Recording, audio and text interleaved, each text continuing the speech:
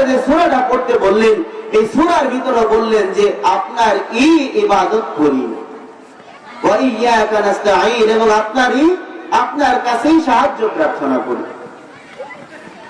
আল্লাহ তাআলা কোরআনুল কারীমের ভিতরে বললেন, আমাকে আপনাকে তৈরি করলেন, তার মাকসাদ কি? কোরআনুল কারীমের ভিতরে আল্লাহ তাআলা উদ্দেশ্য সম্পর্কে বললেন, মাকসাদ বললেন, ঘর নির্মাণ করি আমি দুনিয়ার ভিতরে, আমার উদ্দেশ্য থাকে আমি ঘরের ভিতরে বসবাস করব।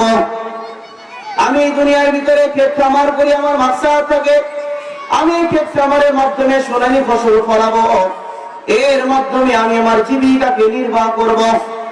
আমি দুনিয়ার ভিতরে ব্যবসা করি, এর পিছনে আমার মাকসাদ থাকে, উদ্দেশ্য থাকে। উদ্দেশ্য হলো এর থেকে যে জীবিকা উপার্জন হবে, এই জীবিকার মাধ্যমে আমি আমার সংসার পরিবার পরিজনকে সুন্দরভাবে চালাবো।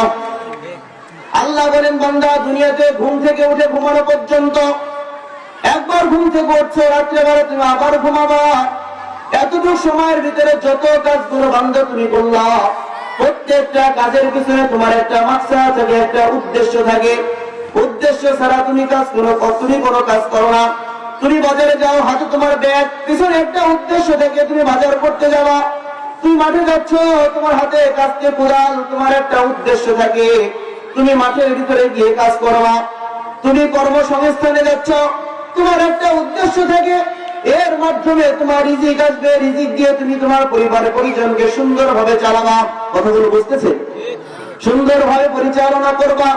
তুমি পোশাক পরো, এর পিছনে তোমার একটা উদ্দেশ্য থাকে, তুমি তোমার সতরগুলো সুন্দরভাবে রাখবা। বান্দা তোমার প্রত্যেকটা কাজের পিছনে একটা উদ্দেশ্য আছে। উদ্দেশ্য ছাড়া তুমি কোনো কাজই করো না। দুনিয়াবি উদ্দেশ্য হোক বা আখিরাতের উদ্দেশ্য হোক, উদ্দেশ্য ছাড়া তুমি কোনো কাজ করো না। নামাজ আদায় করো, পিছনে উদ্দেশ্য, তুমি মাওলার রিজা চাইতেছো, মাওলার সন্তুষ্ট তুমি চাইতেছো। যাকাত আদায় করতেছো, এর পিছনে তোমার উদ্দেশ্য, তুমি মাওলাকে সন্তুষ্ট করার জন্য করতেছো। হজ পালন করতেছো, এর পিছনে তোমার উদ্দেশ্য, আল্লাহর হুকুম আদায় করার মাধ্যমে আল্লাহকে তুমি সন্তুষ্ট করার জন্য চেষ্টা করতেছো। প্রত্যেকটা কাজের পিছনে আমার উদ্দেশ্য থাকে। আল্লাহ বলেন, বান্দা তোমাকে বড় আদর করে বানাইলাম। আরে তুমি কি জানো তোমাকে আমি কত আদর করে বানাইছি?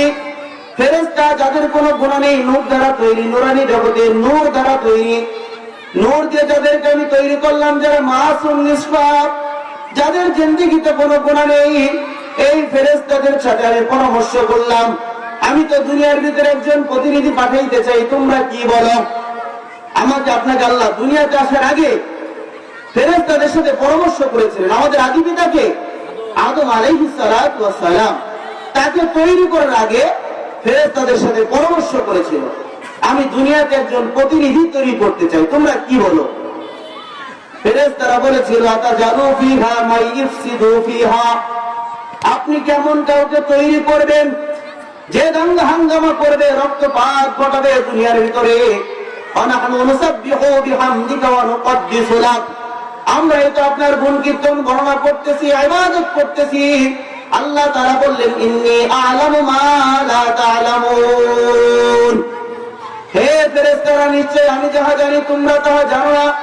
মহান উদ্দেশ্য নিয়ে আল্লাহ তাআলা আদম আলাইহিস সালামকে তৈরি করলেন। তৈরি করার পরে বললেন, উসজুদু লি আদামা, সমস্ত ফেরেশতাদেরকে বললেন, উসজুদু লি আদামা, তোমরা আদমকে সিজদা করো। ফাসাজাদু, সকলেই সিজদা করলো। আদমকে আল্লাহ তাআলা বানাইলেন মাটি দিয়ে। যখন তার ভিতর রূহ ফুৎকার দিলেন, তখন আদম কথা বলা শুরু করলো। আল্লাহ যা জিজ্ঞেস করে তাই বলে, আল্লাহ যা জিজ্ঞেস করে সেটাই বলে। এরপরে বললেন, হে ফেরেশতারা, আদমকে তোমরা সিজদা করো। আরে তোমরা তো বলেছিলে মানুষ সৃষ্টি করার দরকার নেই।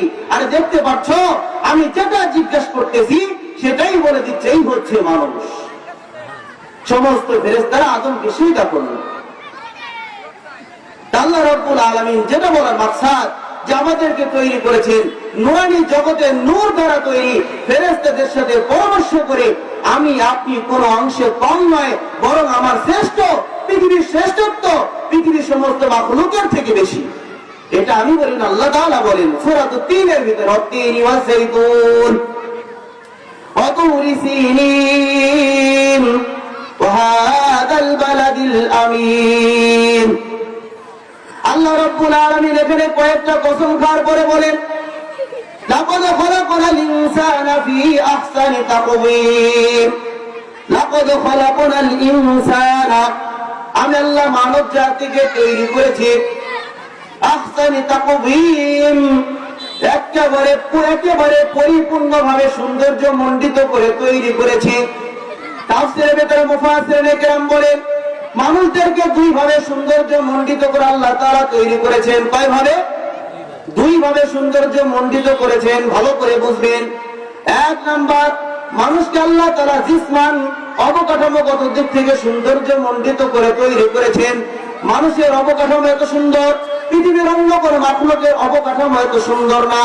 এত সুন্দর করে আল্লাহ তাআলা মানুষকে বানিয়েছেন। আর একটা দিক হলো আকলান, জ্ঞান গরিমাগত দিক থেকে মানুষকে আল্লাহ তাআলা সৌন্দর্য মণ্ডিত করে তৈরি করেছেন। বলুন সুবহানাল্লাহ। এত সুন্দর করে আল্লাহ আমাকে তৈরি করেছেন, যেটা অন্য কোন মাখলুককে আল্লাহ তাআলা এত সুন্দর করে তৈরি করেন নাই। সৌন্দর্যপূর্ণ এক জিনিস, সুন্দর আর এক জিনিস। একজন মানুষ কালো হতে পারে কিন্তু তার ভিতরে সৌন্দর্য থাকতে পারে। একজন মানুষ ল্যাংড়া হতে পারে, তার ভিতরে সৌন্দর্য থাকতে পারে। একজন মানুষ অন্ধ হতে পারে, তার ভিতরে সৌন্দর্য থাকতে পারে। একজন মানুষ পাগল হতে পারে, তার ভিতরে সৌন্দর্য থাকতে পারে। আল্লাহ তাআলা পৃথিবীর ভিতরে একমাত্র শুধুমাত্র কেবলমাত্র এই মানব জাতিকে সৌন্দর্য মণ্ডিত করে তৈরি করেছেন। সেটা কিভাবে? পৃথিবীতে এমন কোন প্রাণী আজ পর্যন্ত তৈরি হয় নাই, আল্লাহ সৃষ্টি করেন নাই, যেই প্রাণী মানুষকে তার তাবে করেছে, তার কথা অনুযায়ী মানুষ চলে, এরকম সৃষ্টি হয় নাই। বরং মানুষের মেধার ভিতরে আল্লাহ তাআলা এমন মেধা দিয়েছেন, মস্তিষ্ক দিয়েছেন, যার কারণে পৃথিবীর হিংস্র প্রাণীগুলো পর্যন্ত মানুষের মেধার কাছে দুর্বল হয়ে যায়। হিংস্র প্রাণী, সুন্দরবনের রয়্যাল বেঙ্গল টাইগার বলেন আর সিংহ বলেন, যা কিছু বলেন না কেন, বিষাক্ত সাপ পর্যন্ত মানুষের মেধায় তারা পরিচালিত হয়। একটা হাতির দেহ মানুষের থেকে অনেক বড়, একটা হাতির শক্তি মানুষের থেকে অনেক বেশি। এই দেহকা বিশিষ্ট হাতি, এই ক্ষমতা সম্পন্ন শক্তিওয়ালা হাতি, সেটাও একটা মানুষ পরিচালনা করে। শুধু পরিচালনা করে তাই নয় দোস্ত আহবাব, পরিচালনা করে শুধু তাই নয়, বরং তার উপরে বসে তাকে লাঠি দিয়ে এরপরে তাকে পরিচালনা করে। বলার কোনো শক্তি নাই, কারণ আল্লাহ তাআলা মানুষকে মেধা দিয়ে তৈরি করেছেন, মেধাগত দিক থেকে সৌন্দর্য মণ্ডিত করেছেন। যা কিছু বলবে মানুষ তাই ওই হাতির শুনতে হবে, কারণ হাতির মেধা আর মানুষের মেধা কোশ্চিন কালো এক না। আল্লাহ তাআলা